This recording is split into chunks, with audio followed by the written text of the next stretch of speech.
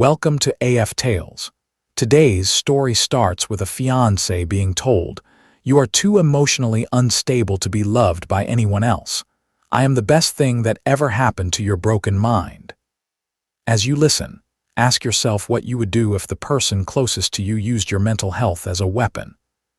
My fiancé said, "You're unlovable," I replied. "Then tell the truth."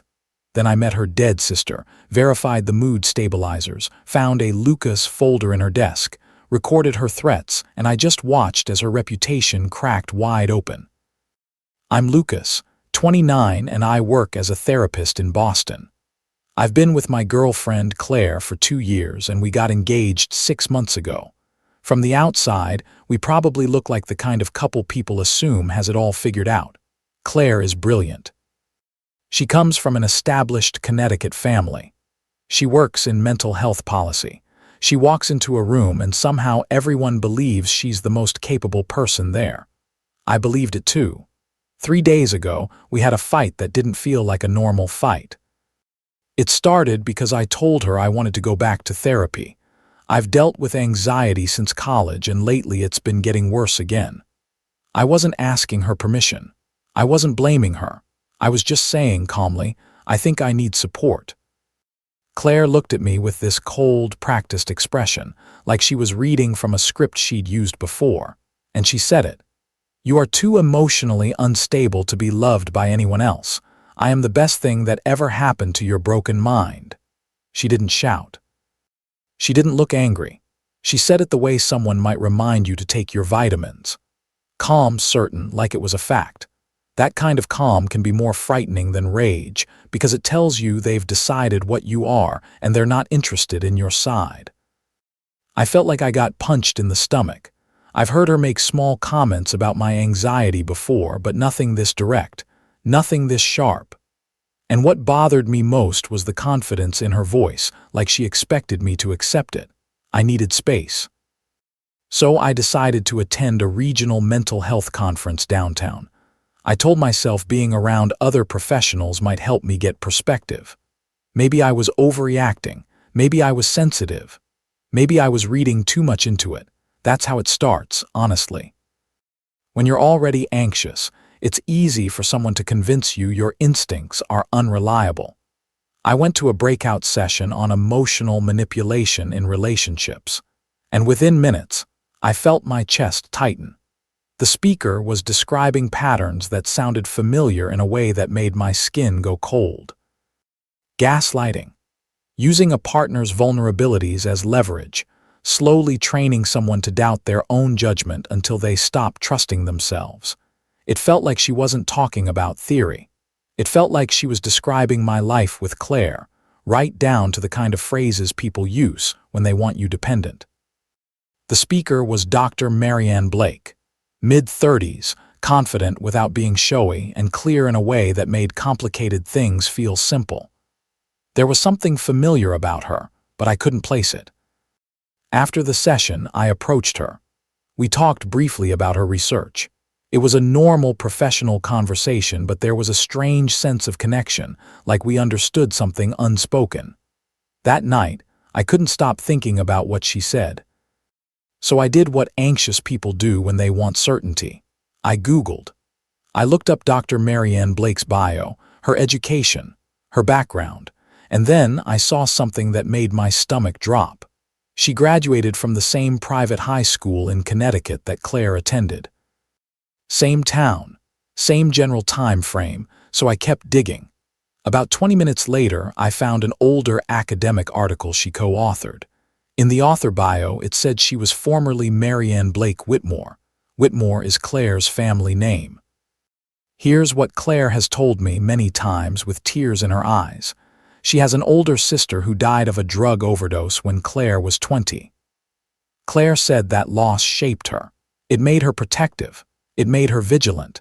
It made her feel responsible for other people's well-being. She also used it to justify why she wanted to track my meds and my therapy progress so closely. She framed it as love. But Dr. Marianne Blake was very much alive, and if the timeline was right, she wasn't just alive.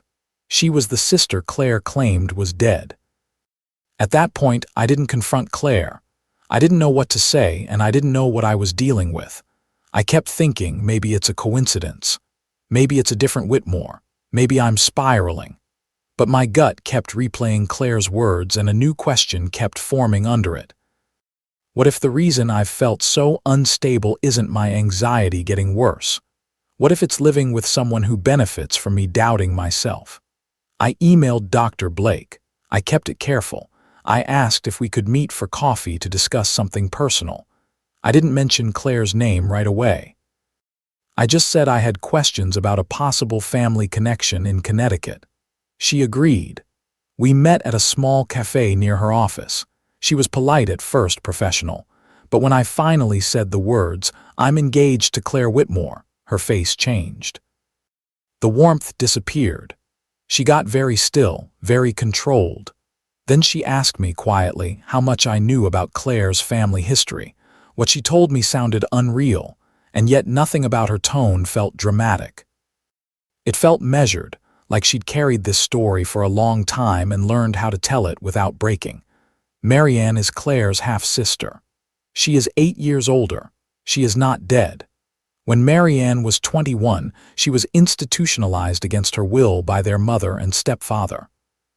Marianne had threatened to report the stepfather for inappropriate behavior toward a younger cousin at a family gathering. After that, the family moved quickly. Marianne told me that Claire, who was 13 at the time, testified that Marianne was delusional, unstable, dangerous. Claire told a court that Marianne made up stories for attention and couldn't be trusted. Marianne spent over a year in a private psychiatric facility, and when she got out, she discovered the family had told everyone she died of an overdose. They held a funeral. People cried. They gave speeches. Claire spoke too, crying about how much she missed her sister and how she wished she could have saved her. Then Marianne cut contact. She rebuilt her life under her mother's maiden name. She finished her education, became a psychiatrist, and focused her work on trauma and institutional abuse. And through all of it, Claire continued telling people her sister was dead. When Marianne said that last part, she looked at me with a kind of sadness that wasn't soft. It was tired. Claire doesn't want competition, she said. Not professionally, not emotionally, not morally. I was the one lie she couldn't erase, so she rewrote the script. Sitting there, I felt sick, not just because of what happened to Marianne. Because I started noticing patterns in my own relationship, patterns I'd minimized because I wanted the peace of believing Claire loved me. Every time I've had what Claire calls an anxious episode, it happened after I did something independent, after I set a boundary, after I made a choice without her approval. Every therapist I mentioned wanting to see, she had reasons they weren't right for me, too harsh, too old school, too inexperienced, too triggering. She'd say it like she was protecting me, but it always ended with me not going. This is how control can look when it's wrapped in the language of care. Marianne looked at me and said, "She will destroy your sense of reality if you let her. One day you'll wake up believing you're the problem." I went home and opened my medicine cabinet. For the past year, Claire had been giving me what she called anxiety supplements. She'd hand them to me like it was normal, like it was helpful, like it was responsible. I looked up the pills. I checked the imprint codes online. I called my pharmacy. There were no prescriptions under my name. They were prescription mood stabilizers. I sat on the bathroom floor with my phone in my hand, and my brain kept trying to make it make sense. If someone medicates you without your consent, that is not care. That is a violation. I left that night. I went to my friend Jake's place. I didn't tell Claire where I was. I needed time to think, and I needed distance from someone who could look me in the eye and decide my mind belonged to her. For a couple of weeks, I tried to move carefully. I talked with a lawyer Marianne recommended. The advice was simple and practical. Document everything. Don't confront her without a plan. Don't assume people will believe you just because the truth is obvious to you. I hated that part. I'm a therapist. I want to believe truth matters on its own. But truth needs proof when someone has already been building a story about you. Then something happened that forced my hand. Claire was at work one afternoon, and I went back to our apartment to get more of my things. I still had a key. I told myself I'd grab clothes and books and leave fast. While I was packing, I noticed a drawer in her desk that was usually locked was slightly open. I wish I could say I walked away. I didn't. Inside was a folder labeled with my name, Lucas. It looked like clinical documentation, notes about my routines, charts tracking my mood against things she'd said or done, lists of triggers, responses to redirection. It read like I was a case study, not her partner. And then I found a draft letter to her mother dated about 6 months into our relationship. In it, she referred to me as her long-term behavioral study. She wrote about managing baseline anxiety to maintain optimal dependency.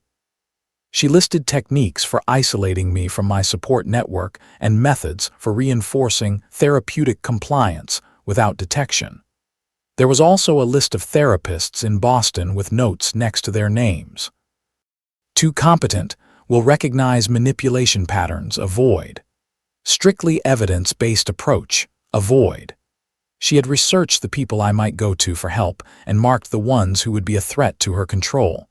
Then I found a manila envelope labeled Blake Medical Records. Inside were photocopies of Marianne's psychiatric evaluations from the time she was institutionalized, confidential documents that Claire should never have had access to. I took pictures of everything. My hands were shaking, but it wasn't panic the way I used to feel. It was my nervous system finally matching what my mind had been refusing to accept. When Claire came home, I was sitting at the kitchen table with the folder open in front of me. I asked her to explain. She didn't deny it. She didn't even look surprised. She sat down across from me and spoke in the same calm voice she used during our fight. "You needed me," she said. "You still need me. You will spiral without me, and then everyone will see who you really are." I recorded the conversation on my phone. I recorded her explaining how she controlled my access to treatment, how she monitored what I took, how my anxiety was useful because it made me manageable. When I told her I was leaving, she didn't get loud. She got strategic. After that, she started sending texts and voicemails that swung between guilt and threat. "I was trying to help you. Don't throw away the only person who ever loved you, and then the one that made my blood run cold. No one will believe you. You are mentally ill. Remember, I have documentation." That's the trap. If they can label you unstable, they can erase everything you say. Marianne and I worked with lawyers. We organized evidence. We weren't just dealing with what Claire did to me. We were dealing with what her family did to Marianne years ago and how the system helped them. Claire's family has a reputation. Claire had a position in the mental health community. She believed she was untouchable, but she made one mistake. She documented everything. We decided to go public through a podcast called Unheard Voices. The episode was titled Erased, When Mental Health is Weaponized. We used redacted evidence. We included recorded audio. We included testimony from other people who described similar patterns of institutional manipulation. The response was bigger than I was prepared for. Downloads in the hundreds of thousands, professionals sharing their own stories, lawyers reaching out, people saying quietly, "I thought I was alone." Claire tried to take control immediately. She posted online claiming I was having a psychotic break and Marianne was acting out of revenge. She filed complaints with a state board against Marianne and against a therapist who helped me understand what was happening. Then an email came in from someone named Evan.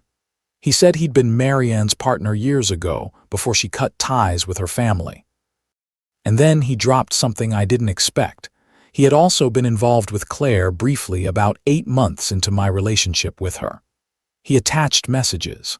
Emails where Claire bragged about her psychological experiment with her new boyfriend. Screenshots where she asked Evan for advice on maintaining therapeutic control over someone she was dating. Notes about isolating tactics and dependency. It wasn't just confirmation. It was pattern. That evidence changed everything. Claire's organization launched an investigation. Within a week, she was terminated. A licensing board suspended her credentials pending review, and then the fallout widened. The private psychiatric facility where Marianne had been held years ago faced a federal investigation for accepting fraudulent commitment orders. Our case opened a larger problem that had been sitting in the dark. My own life got messy too. The media attention cost me my job for a time, but colleagues reached out, clients reached out, trauma recovery clinics reached out. People who understood that being targeted by control doesn't mean you're weak. It means someone found a way in. Claire disappeared, social media gone, apartment empty, no public appearances. Her family's lawyer sent a cease and desist letter, but my lawyer called it toothless. The strangest part is this. As the noise got louder, my anxiety got quieter. I'm writing this now from Vermont, where I stayed with a friend while things settled. I took a position at a trauma recovery clinic here that specializes in institutional abuse and medical gaslighting. The work is heavy, but it matters. Every day I meet people who have been told they are too broken to trust their own mind. Helping them reclaim reality feels like the most important work I've ever done. I'm in therapy too, with a therapist I chose independently. We focus on rebuilding trust in my own judgment. That sounds simple, but after 2 years of someone undermining you in small, steady ways, it's like learning to walk again. I adopted a rescue dog named Charlie. We hike most mornings. When my thoughts start to spiral, nature forces me back into the present. I've been writing a book about psychological survival and recovery. I didn't plan that. It just started as notes, and then it became a way to make sense of what happened. Marianne and I stayed close, not romantic. That would be complicated for reasons that don't need explaining. But we understand each other in a way that's rare, and I'm grateful for that. A couple of months ago, I received an unsigned package with no return address. Inside was a single line in handwriting I recognized. "You never knew me. You never could." She was right. The person I fell in love with didn't exist. It was a constructed version designed to fit my needs while serving her agenda. But here's what I know now. I know myself, and that matters more than knowing her. I've started dating again, slowly, carefully. Someone in town named Rachel, a teacher with a genuine laugh. On one of our first conversations, she asked how I feel about trust these days. I told her the truth. "It's something you build," I said, "not something someone convinces you don't deserve." That's the difference. Love builds, control erodes. Lesson 1: if someone uses your mental health as proof you can't trust yourself, that is not support. That is a power play. Lesson 2: I'm doing this for your own good can be a mask. Pay attention to whether the outcome always benefits them. Lesson 3: documentation matters. If you're dealing with manipulation, keep records, get professional advice, and prioritize your safety. Lesson 4: a calm voice does not mean a kind intention. Harm can be delivered quietly. Lesson 5: healing often starts when you step out of the story someone wrote about you and start choosing your own care. What would you have done the moment you discovered your partner had been controlling your treatment behind your back? And where do you think the line is between being protective and being controlling in a relationship?